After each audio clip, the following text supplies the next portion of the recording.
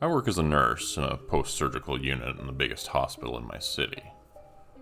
Patients come from hundreds of miles away to get their operations here. The surgeons are known to be the best.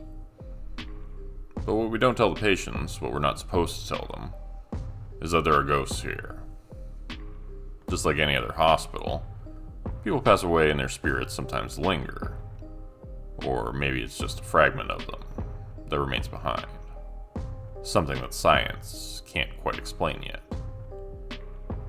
There have been more than a few events that have raised the hair on the back of my neck, and some have sent me into hysterical screaming fits. But those types of reactions are frowned upon in the hospital, so I try to stay calm. There was that time a few months ago when a patient told me she felt like there were 3 people in the room with her, in each of the other 3 beds around her. They were talking back and forth and whispering, she said. But the weird thing was, she was alone in the 4-bedroom. I pulled back the curtains and showed her for myself. All the other beds were empty, and there were no visitors or staff in the room with her. As if that weren't disturbing enough, a few weeks later a different patient said the exact same thing, when she had been left alone in the same room. She described it exactly the same way, saying they were whispering back and forth and it was keeping her awake. I felt a chill up my spine when she told me that, but reassured her that the room was empty, and she was simply imagining things.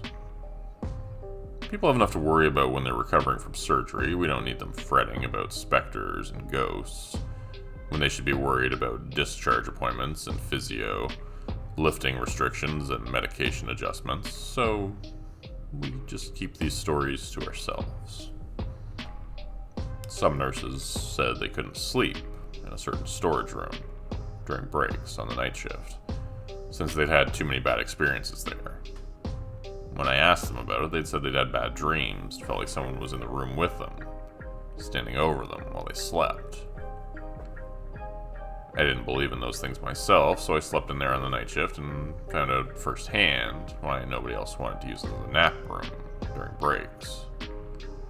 I had the most realistic waking dream I'd ever had, where I'd awoken in the storage room and felt like someone was in there with me, watching me from the corner of the room, their dark outline visible in the dim room. When I went to turn on the lights, they didn't work and the door wouldn't open, and for some reason in my dream, which seemed like reality, I chose to just lie back down and go to sleep again, while the thing crept closer and closer, vanishing only to reappear just above me. I felt like my eyes were open the whole time and I was forced to watch paralyzed as it hovered over top of me. For what felt like hours, it was watching me while I slept as I struggled and was unable to move. I finally came to my senses and finished my break early, going back to work and trying to forget about the horrible experience. But I refused to sleep in that storage room again. There was another event which haunts me to this day, especially since I'm heading in for a night shift right now in just a few minutes. Another nurse told me a story on the night shift last week, and I've been thinking about it a lot since then. And it's been occupying my mind more and more, especially when I'm alone in the break room at night. We have a staff room where there are 2 small couches and a TV. Some nurses go in there to sleep during breaks on the night shift, and we try our best not to wake them up. This nurse was sleeping on the couch in there one night, and a break light woke her up. There's an adjoining room with a bathroom and lockers, so she figured one of the nurses had gone in there and left the light on. I looked over at the door, she told me. You know how it has that little glass window you can see through to the other side? Yeah, I said. I see it every day. So there's this woman on the other side of the door, and she's just looking at me through the glass. I got shivers up my spine when she said this. Maybe because it was the night shift, maybe because that was where I was going to go take my break in an hour or so to sleep, or try to at least. So I see her there, but she's not really looking at me. She's just kind of staring straight ahead. And the first thing I noticed about her is her hair. It was in this very old-fashioned sort of style. Not like anything you'd see today. It was like it was from the 70s or earlier, maybe. She was wearing these funky blue pinstripe scrubs and a nurse's cap. You know, nobody wears a nurse's cap anymore these days. And those scrubs, they look like the ones down in the lobby. You know, the ones they have on display from way back when? Yeah, they look just like that. I was nodding along, able to picture all of it as if I was there with her. Another nurse walked in and heard us. "What are you guys talking about?" "Ghosts," I replied simply. He scoffed. "You guys believe in that stuff?"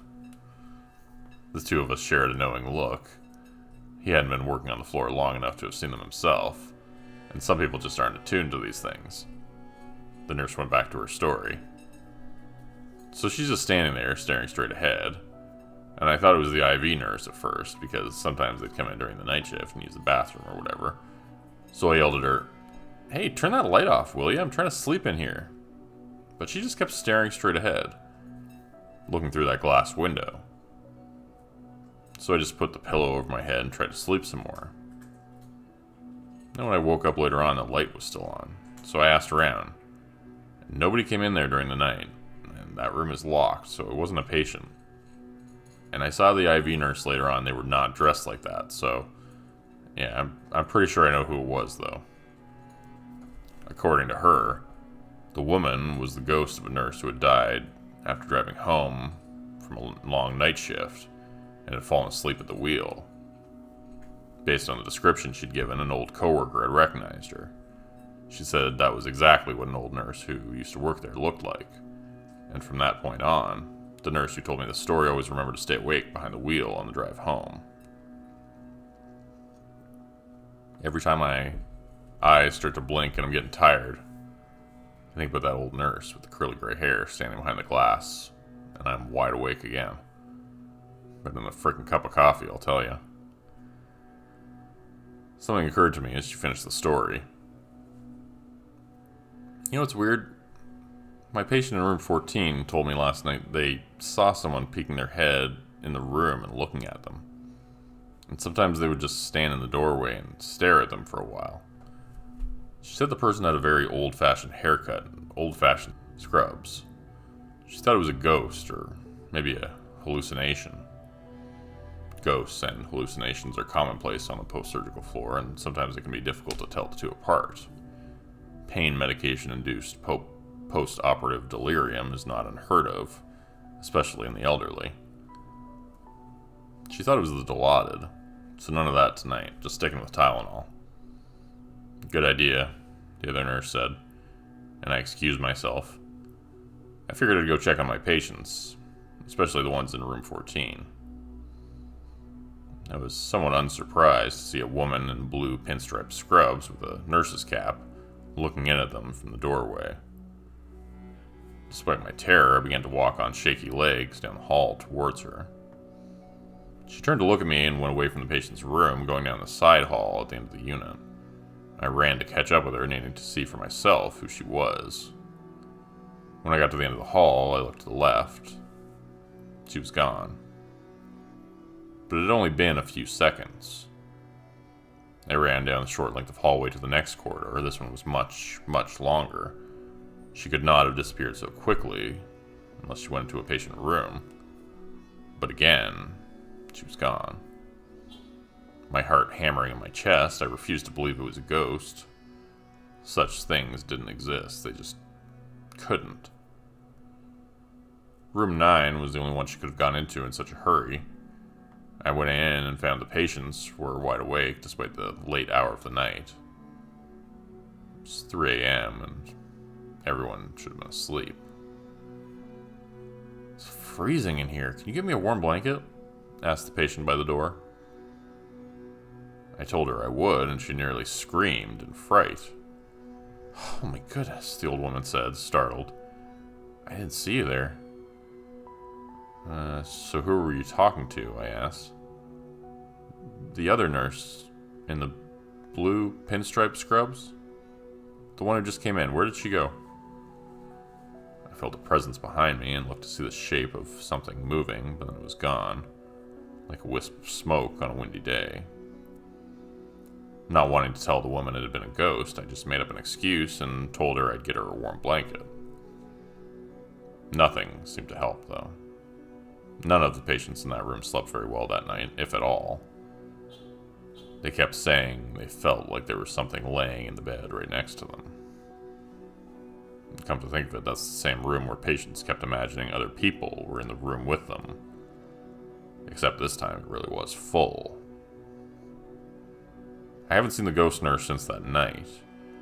I'm hoping I never do again. It's terrifying to say the least, since I don't really know why she's here. And you never know exactly when she's going to show up.